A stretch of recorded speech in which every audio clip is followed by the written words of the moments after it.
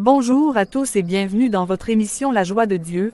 Aujourd'hui, nous recevons un témoignage qui va toucher le cœur de tous les parents, de tous ceux qui ont déjà aidé sans rien attendre en retour, et de tous ceux qui se sont parfois sentis oubliés. Notre invité s'appelle Jacob. Ancien instituteur, un homme simple, discret, mais dont la vie est une véritable leçon. Papa Jacob, merci d'être avec nous. Papa Jacob, racontez-nous votre vie. Merci ma fille. Je suis né dans une famille modeste. J'ai toujours voulu enseigner. J'ai été instituteur pendant plus de 30 ans. Ma femme, Madeleine, est sage-femme. Nous avons servi l'État, mais surtout nous avons servi les gens. Dieu nous a donné une seule fille, Emma. Notre unique enfant. Mais chez nous, en Afrique, quand Dieu te bénit, tu ne gardes pas la bénédiction pour toi seul. 3 garçons de la famille sont venus vivre avec nous pour aller à l'école en ville. Cela faisait donc 4 enfants à charge. Oui, et un petit salaire. Nous vivions dans une maison simple. Parfois, il fallait choisir entre acheter un nouveau pagne pour ma femme ou payer les frais de scolarité. On choisissait toujours l'école. Est-ce que tout le monde comprenait votre choix? Non, beaucoup nous disaient. Jacob, pensez à votre retraite. Vous n'avez qu'une fille, construisez votre maison. Les enfants des autres ne seront jamais vos enfants. Le jour où vous serez vieux, vous allez regretter. Même certains membres de la famille nous critiquaient. Ils disaient que nous étions naïfs. Et vous, qu'est-ce que vous répondiez? Je répondais toujours. Un enfant qui réussit, même s'il n'est pas ton enfant biologique, c'est une victoire pour toute la famille. Et puis je me rappelais toujours ce verset. Il y a plus de bonheur à donner qu'à recevoir. Acte 20 verset 35. Nous n'étions pas riches en argent, mais nous étions riches en paix. Les années passent.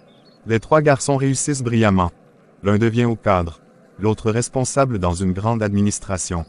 Le 3e, Paul, devient ingénieur. Emma, notre fille, se marie. Elle donne naissance à un petit garçon. Nous pensions que nos vieux jours seraient tranquilles. Puis le malheur est entré chez nous.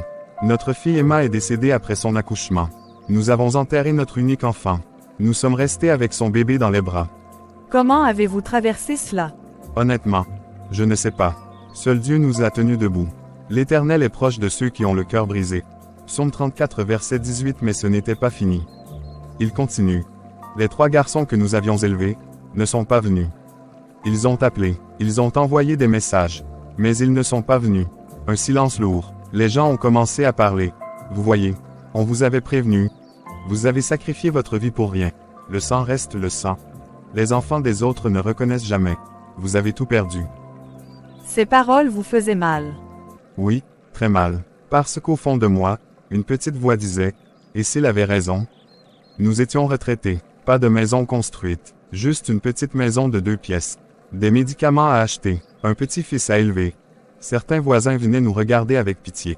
Un jour, quelqu'un m'a dit, Jacob, si tu avais pensé à toi, aujourd'hui tu serais tranquille. Je lève les yeux. Mais malgré tout, je ne regrettais pas d'avoir fait le bien. J'étais triste, mais je ne regrettais pas. Ne nous lassons pas de faire le bien, car nous moissonnerons au temps convenable. Galates 6 verset 9. Un jour, à côté de notre petite maison, un terrain a été acheté. Puis un autre. 2 maisons jumelées ont commencé à sortir de terre. Nous regardions les travaux chaque jour. Je disais à ma femme, regarde comme Dieu bénit certaines personnes. Nous ne savions pas, les maisons sont terminées. Belles, modernes, identiques. Un matin, on frappe à la porte. J'ouvre. Et je vois Paul. Il s'agenouille devant nous. Il pleure. Il dit, Papa, maman, pardonnez-moi pour mon silence. Je n'ai jamais oublié ce que vous avez fait pour moi. Puis il nous dit, les 2 maisons que vous voyez là, c'est moi. Je n'ai rien dit parce que je voulais vous surprendre. J'ai acheté les 2 terrains. Une maison est la mienne. L'autre est la vôtre. Vous vous êtes occupé de moi quand je n'étais rien. Aujourd'hui, laissez-moi m'occuper de vous. Je suis resté sans voix. Ma femme pleurait. Paul a ajouté, le bienfait n'est jamais perdu. Honore ton père et ta mère. Exode 20 verset 12, celui qui arrose sera lui-même arrosé. Proverbe 11 verset 25, aujourd'hui, nous vivons dans cette maison. Paul habite à côté de nous. Il veille sur nous. Il considère notre petit-fils comme son propre neveu.